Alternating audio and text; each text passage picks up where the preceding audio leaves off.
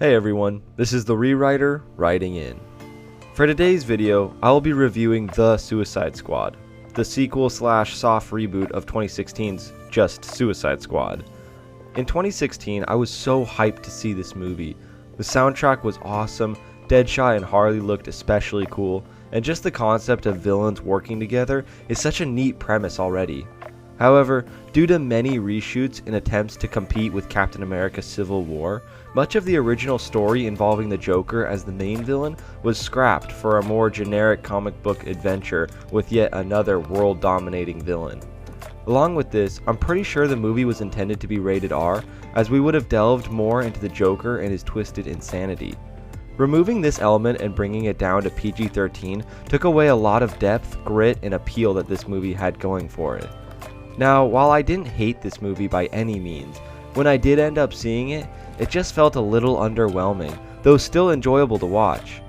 At the end, it's revealed that Joker survived the plane crash and is there to rescue Harley, opening the door for a sequel, which of course never came to be. So when it was announced that the director of Guardians of the Galaxy, James Gunn, was going to be directing a new take on Suicide Squad, I couldn't be more excited. Guardians of the Galaxy is one of my favorite MCU films, so this was a match made in heaven. Or so I believed. Now, having seen the movie, do I feel that it has lived up to the hype? Let's now dive into the review of The Suicide Squad.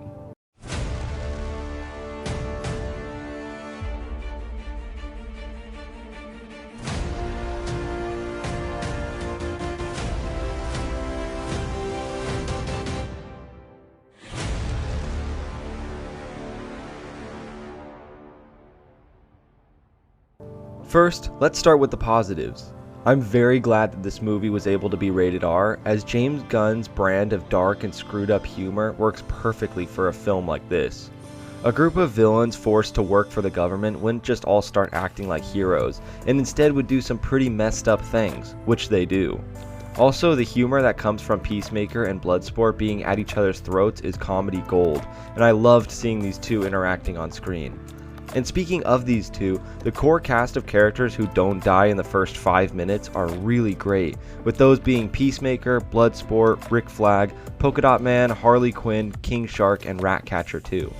Each of these characters are done well, with all of them having an important role to play. In a movie like this, a boring cast of characters would ruin it, regardless if the plot is super interesting and well written. You know that this movie has a good cast and writing when you start to care for a character like Polka Dot Man. Gunn excels at making characters likable and believable, and ensemble cast movies such as this are definitely his strong suit.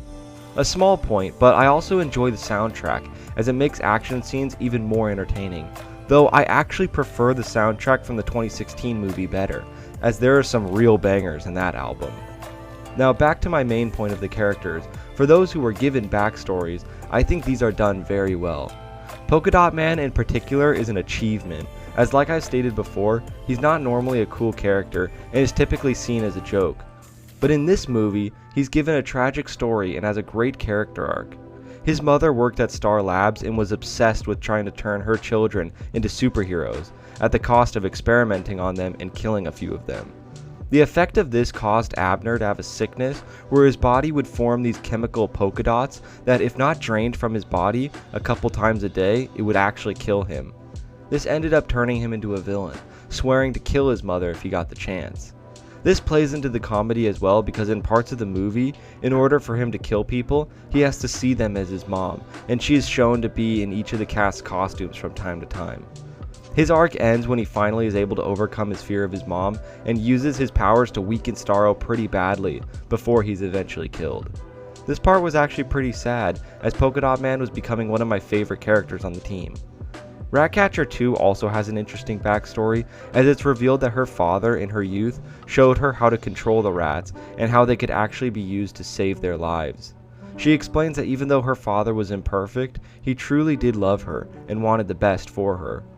This angle is always interesting, as many story arcs of lesser known characters like Ratcatcher don't flesh them out at all and are mainly fodder for Batman to easily dispatch of. Here, we get to see the life of one of these minor characters and the effect that they have on their own little world. These backstories are great ways to make characters likable and add necessary depth.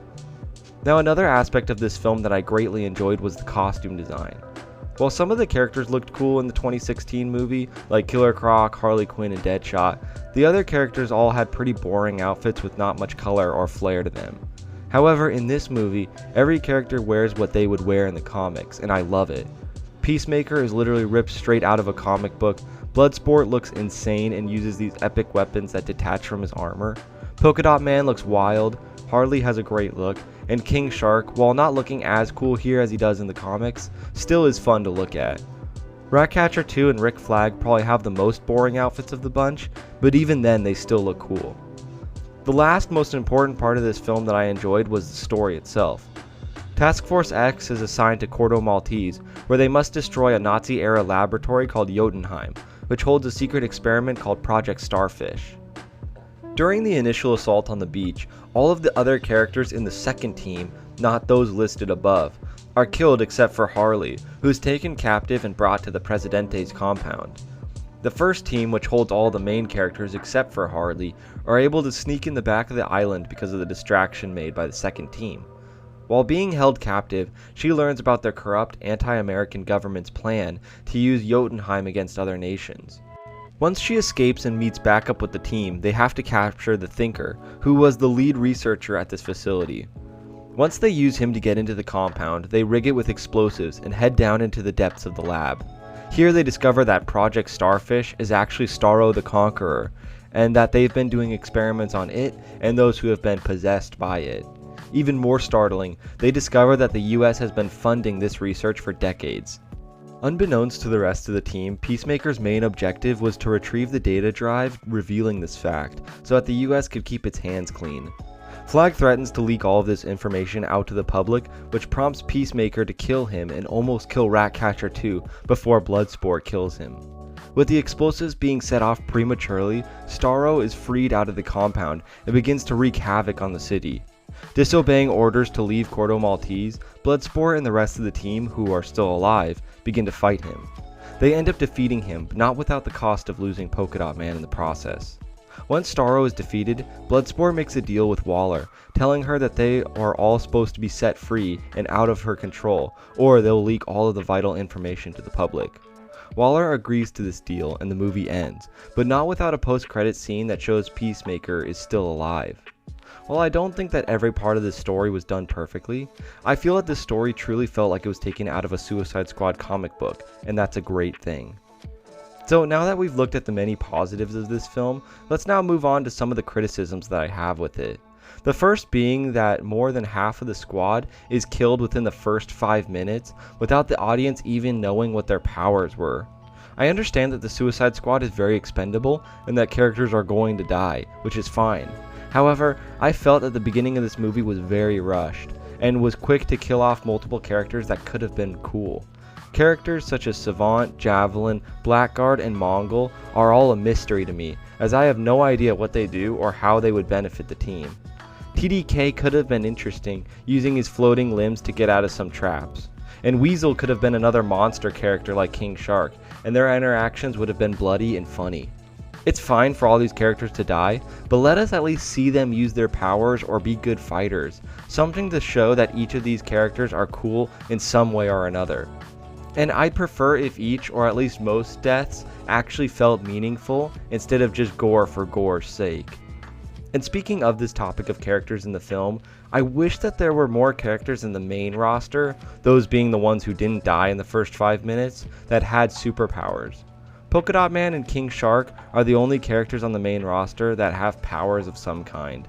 To me, I would have liked to see a few more, those being characters like Nightshade, Killer Frost, Count Vertigo, etc. Having multiple characters with varying powers and abilities makes fights more visually interesting, as well as makes the cast each feel very unique to one another.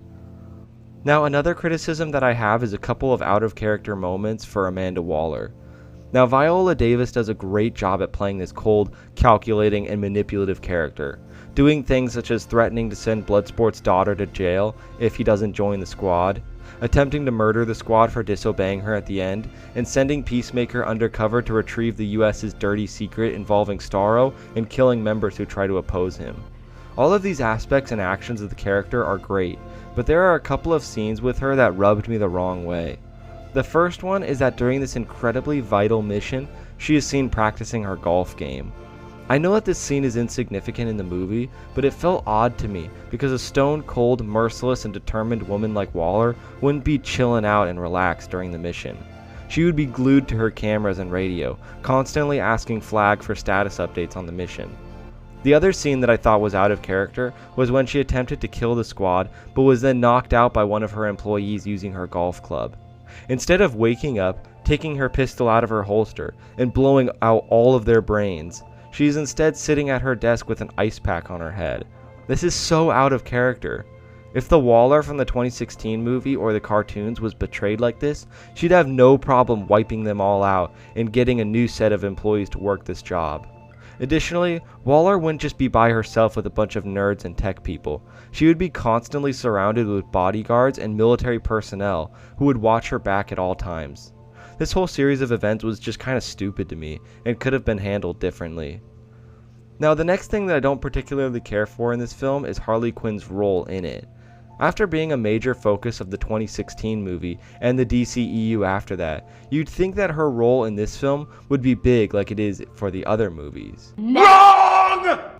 Now, I'm not saying that Harley needed to be solely the main character, as Bloodsport was a great leader and main character in this film. But when her entire side story could be cut from the film without changing the narrative at all, this is a problem. Harley's story of this short-lived romance with the Presidente is strange and kinda cringe, and it doesn't add anything to the story. It was cool to see her go crazy, dual-wielding assault rifles and mowing down all the thugs in the building, but that was about the only cool thing to come from this whole story. If they wanted to give Harley her own small side story, it should have been with another member of the squad, showing her unique dynamics with them. Additionally, this side story should have been interwoven in the narrative in a way that allows the audience to learn something crucial about the main plot. So lastly, let's talk about Starro. Starro was actually done really well in this film, being this creepy life form that completely consumes its host in gnarly ways. Seeing this giant starfish with a massive eyeball in the middle sounds like it would be incredibly stupid, but it's awesome for us comic book readers to see this Justice League villain come to life. However, even though Starro was done well, I actually don't think that he should have been the main villain. It's tough to decide who should be the villain for a movie like this, with multiple characters fighting them. They have to be strong enough so that every member can fight them, but not too overpowered that only one of the characters can actually go toe-to-toe with them. But they could have flipped this concept on its head by having the Thinker be the main villain. Thinker was a character that was basically wasted in this story, as he doesn't do anything else but spout out exposition at the end of the movie about Starro and how the US was involved in the illegal research. While this is an important revelation, this could have just been shown to us by Flag and Peacemaker finding the facility and reading the data files. Also, for someone with a genius level intellect, they capture him really easily and he ends up dying like a fool at the tentacles of Starro. Instead, what they should have done is had Thinker be the main villain, the one pulling the strings behind everything. He's the one who gave information to the right person that allowed the once stable government of Corto Maltese to become overthrown by anti-American terrorists. He studied a dying Starro that fell from space after a battle with Superman to learn how it controls its victims. Most importantly, he uses his mind to manipulate the squad, turning them not only on each other, but also turning them on Waller. Thinker knows about Amanda Waller and her role in creating Task Force X, and threatens to leak this information out to the public. Now, I would still keep the twist about the US funding Project Starfish, as this is compelling and keeps a level of depth in the story. And once the team comes to their senses and stops fighting each other, Thinker uses other metahumans that are being controlled by Starro's smaller versions to fight the rest of them off. This way, you don't have to worry about having one singular antagonist that they all have to be able to fight, as you have that covered by them fighting themselves and other metahumans. I feel that Thinker would have worked really well as the villain, and they missed this opportunity. In all, I think this movie was very enjoyable to watch, with great humor, good acting, and a cast of likable characters saving the world. While there are a few things that I would do differently if I made this movie, I still feel that this version of the Suicide Squad was a great iteration of the classic comics.